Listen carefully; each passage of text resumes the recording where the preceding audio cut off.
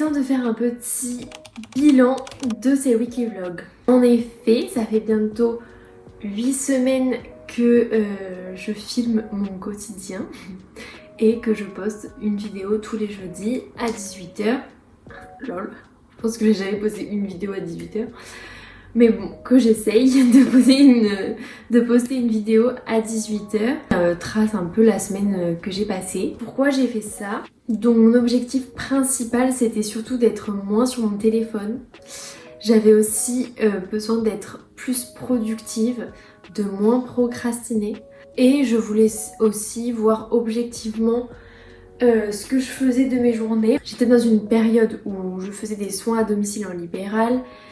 Et du coup, j'avais des séances par-ci par-là, mais entre les séances, je savais pas trop ce que je faisais vraiment et j'avais pas la sensation de satisfaction à la fin de ma journée. J'ai voulu filmer mon quotidien pour justement me montrer à moi-même que tout ce que je réalisais et comment j'avançais au fur et à mesure des semaines. Pourquoi on en arrive au bilan maintenant? Parce que j'ai trouvé une certaine routine avec un travail qui fait que je fais des horaires plus fixes et qui fait aussi que du coup quand on partage son quotidien sur les réseaux sociaux, même en vidéo comme ça, on peut jamais trop savoir qui regarde notre contenu et j'ai l'impression encore moins sur YouTube. Du coup, de partager mon quotidien et de l'offrir un peu à des inconnus, j'avoue que je suis pas hyper à l'aise, surtout si j'ai une routine hyper claire qui peut être tracée facilement. Voilà, on va éviter de se faire kidnapper, tout simplement. Concernant les objectifs et ce que ça a pu m'apporter. Déjà, ces 8 semaines de vlog ont permis que je sois moins sur mon téléphone. Pas dans le sens quantitatif, je pense que je suis autant de temps sur mon téléphone, surtout parce que je l'utilisais autrement. En fait c'était beaucoup plus pour, exactement comme j'avais dit dans la première vidéo, mais pour partager du contenu plutôt que pour en consommer. Et du coup mon utilisation s'orientait plus vers les applications de montage vidéo, montage photo, retouche photo, enfin bon, des trucs qui permettent après de publier. Et j'étais moins à regarder la vie de tout le monde et être au courant de tout ce qui se passe sur mes deux comptes, du coup mon compte Études Stress et mon compte perso. Et franchement, ça fait du bien parce que mine de rien, inconsciemment, on se compare à un peu tout le monde et de moins consommer, ça permet que les contenus qui viennent nous donner du négatif nous atteignent un peu moins parce que finalement, on tombe moins facilement dessus. Ensuite, au niveau de ma motivation et de moins procrastiner, franchement, ça a impacté. Parce que quand on a les réseaux sociaux sur le téléphone, il y a quand même une grande facilité à aller dessus dans tous les moments de vide, les temps off. Et du coup, de moins avoir cette possibilité-là, ça m'a permis de plus me bouger les fesses, concrètement.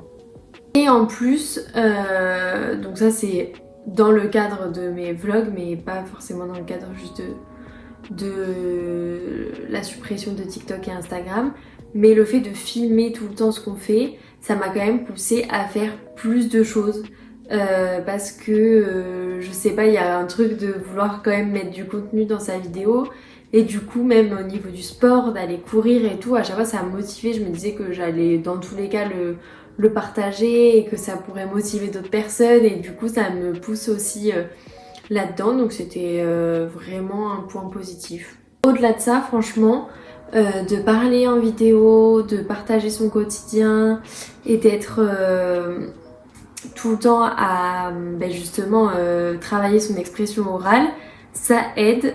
Franchement, je pense que j'aurais pas été aussi à l'aise en entretien professionnel si ça faisait pas 3 semaines que je parle à ma caméra toute seule chez moi et que je parle à personne. Parce que clairement, quand au début là j'étais à domicile et que j'avais que quelques séances par-ci par-là, après je voyais personne de la semaine et du coup si j'avais pas parlé toute seule, je pense que ça aurait été moins facile de me retrouver confrontée à des situations stressantes que sont les entretiens.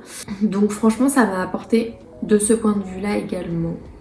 Ensuite les points positifs des vlogs, c'est que clairement ça crée plein de souvenirs et que c'est hyper agréable de re-regarder des souvenirs et des moments qu'on a passés filmés en vidéo avec un montage et tout.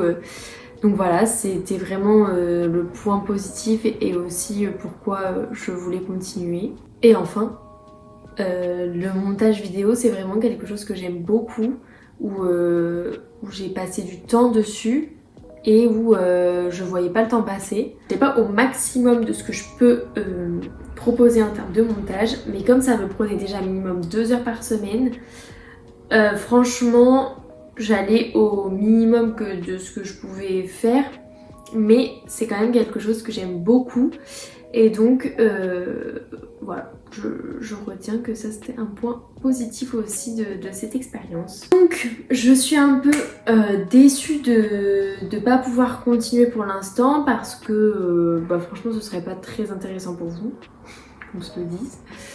Du coup j'arrête pour l'instant, mais s'il y a il y a des vacances qui vont arriver, il y a des choses que je vais faire et où je ferai des vlogs parce que je trouve que c'est cool pour toutes les raisons que j'ai citées juste avant. En tout cas, merci beaucoup à tous ceux qui ont suivi mes petites aventures.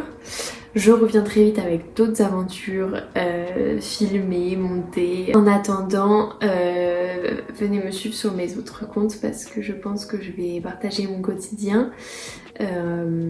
Surtout que maintenant je travaille en psychiatrie adolescent. Du coup il y a plein de choses qui sont hyper intéressantes et que je voudrais partager justement d'un point de vue clinique psychomotrice. C'est chouette d'échanger avec toutes les psychomotes qui me suivent et qui m'envoient des messages et tout, c'est trop cool. Je vous dis à très vite et bisous bisous.